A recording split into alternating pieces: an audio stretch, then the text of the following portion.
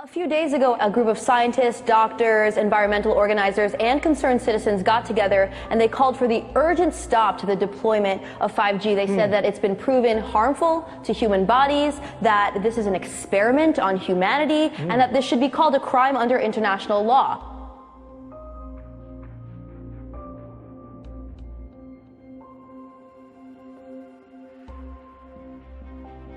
"5G is a weapon. It's used by the military. Do you know these 5G millimeter wave technologies are used to scatter crowds? They drive up in this technology when they want to scatter a cloud, and they put out these frequencies in a much higher power than 5G will be initially with us, but the same frequencies.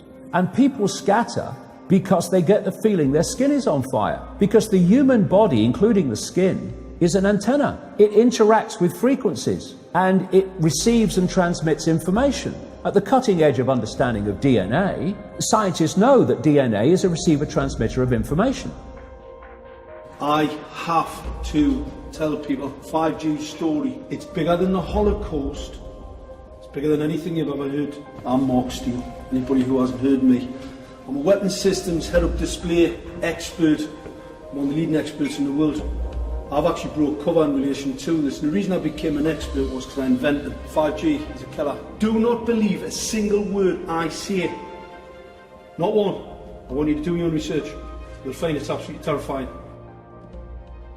There are going to be boxes broadcasting 5G, this weapon, down every street, all over the world. What we're concerned about 5G is that it's going to require a transmitter about every 3 to 10 homes. So you're talking about a small cell tower placed in front of your home. Because at these high frequencies you can't have... It doesn't travel very well. Yeah. And people need to understand, it's 24 gigahertz to 90 gigahertz.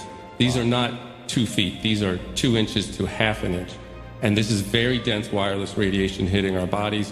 What we know is that it pulses more, it's got higher frequency, more waves per second, it beats up the cells more.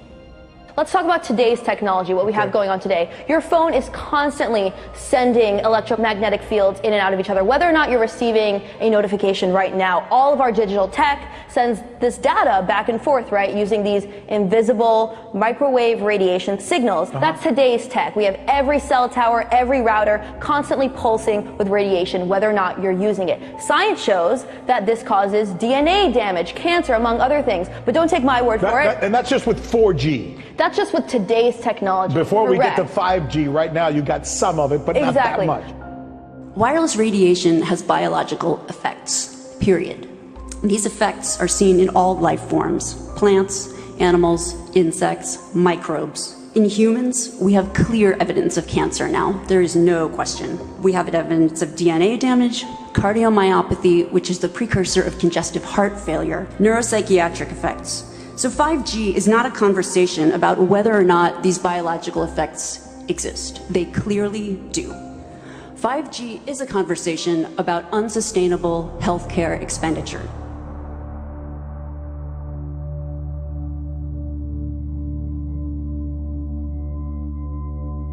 So we are electromagnetic, electrical organisms, transmitters and receivers of information.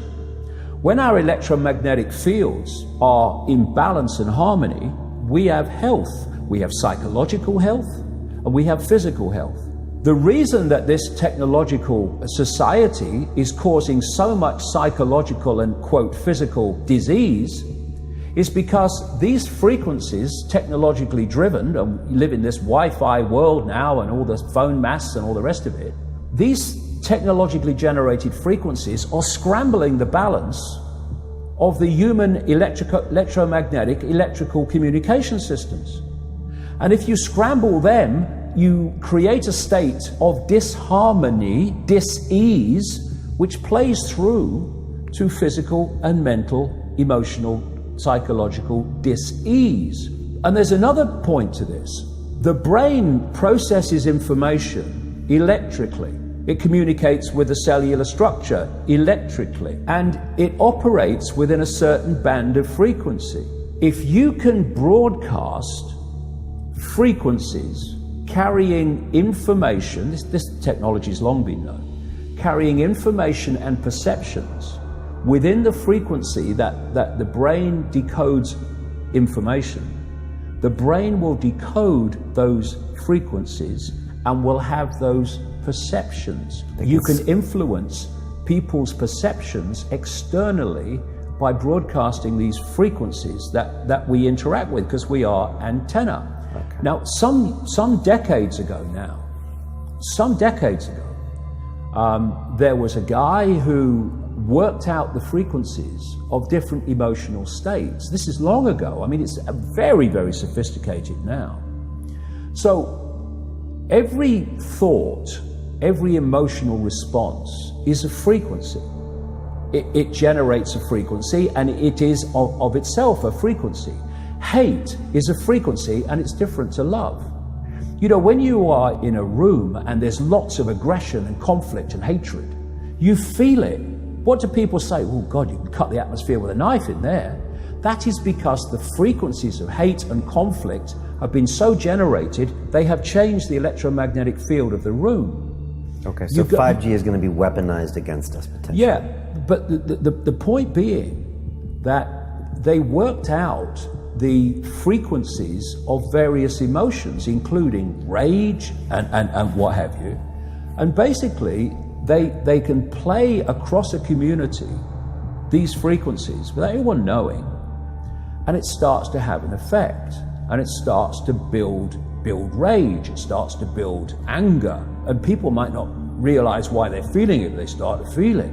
And then what they do is they trigger that with an event. Maybe some guy is attacked by the police or something, or somebody's arrested for something they didn't commit, and now there's the trigger. The blue touch paper's been lit of this manufactured frequency-driven rage, and you have mass riots and what have you, and people do things that they wouldn't normally do, and you can make people depressed. You know, the American military, they've admitted this. They have technology that fires frequencies at the enemy that basically breaks the enemy's spirit, so they give up and put their weapons down. This is the technology we're dealing with. Now you take that into account and then you think of 5G. First of all, 5G doesn't travel well because of the nature of its frequency. So instead of big towers, as we have now, broadcasting these frequencies long distances, it won't do that. And it doesn't go through solid objects, what we call solid objects, very well either.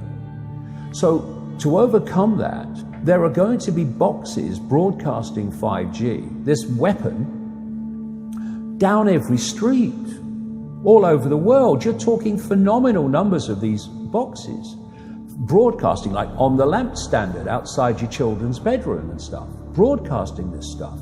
There's no way you'll be able to go where you'd be in a field of 5G. And another interesting thing, I don't know whether you've noticed this, but the story broke first of all in Sheffield, when the council started cutting down literally thousands and thousands and thousands of mature trees in urban streets.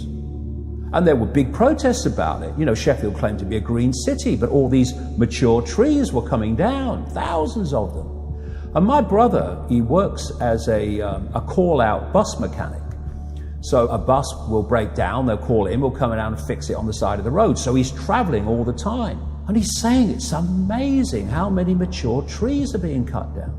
Now, the worst nightmare of 5G in a street is mature trees, because it can't get through them. They don't want urban trees for 5G because it won't go through solid objects very well at all, and it doesn't travel far. So we're going to have this explosion of 5G transmitters, and then, going back to what I said earlier, and they've admitted this too, there's going to be like 20,000 satellites up there beaming 5G at the Earth. What is our exposure in a day? It's not one cell phone. It's cell phones, it's multiple wireless networks, it's smart meters, it's cell towers. It's this sandwich, and it all adds up. And this is a serious problem for occupational health, public safety, and personal safety. And I feel that it's irresponsible to be even talking about the Internet of Things and rolling out a new untested technology when we're not even measuring what are our current exposures from the current networks. The first generation wireless, 1G, was voice. The second generation, 2G, allowed both talk and text. The third generation, 3G, the internet, in a limited way. And today's technology, 4G, completed that digital migration. But if anyone tells you that they know the details of what 5G is going to become, run the other way.